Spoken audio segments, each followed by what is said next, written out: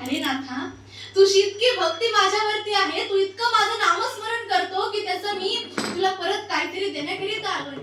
नाथ महाराजांना म्हणाले, नाथा, अरे तुझी भक्ती इतकी आहे की मी त्या भक्तीतून तरुण गेलो आणि म्हणून मी तुझी सेवा करण्यासाठी या ठिकाणी आलो आहे. म्हणून देवाची कावड अजून देखील त्या रांजणामध्ये पडते, त्याशिवाय तो रांजण भरत नाही. म्हणून ते नाथ बाबा शिवाला विनंती करताय की शिव भोळा चक्रवर्ती, त्याचे पाय माझे चित्ती.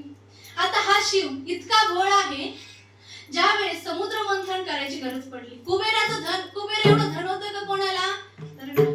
कुबेराचं धन ज्या वेळेस वाहून गेलं समुद्रामध्ये, त्यावेळेस दानवाने आणि शिवाने म्हणजे शिव भोळ्याने काय केलं? मंथन करायचं. म्हणून मंथन करण्यासाठी काहीतरी प्रक्रिया करावी लागते. जसं की आपल्याला नवनीत बनवायचं असेल, नवनीत म्हणजे तूप, आधी काय करावं लागतं? दुधामध्ये विरजण घालावं लागतं आणि ते विरजण घातल्यानंतर त्याला रवीने घोटल्यावर त्याची लोणी तयार होती. तसं ते समुद्र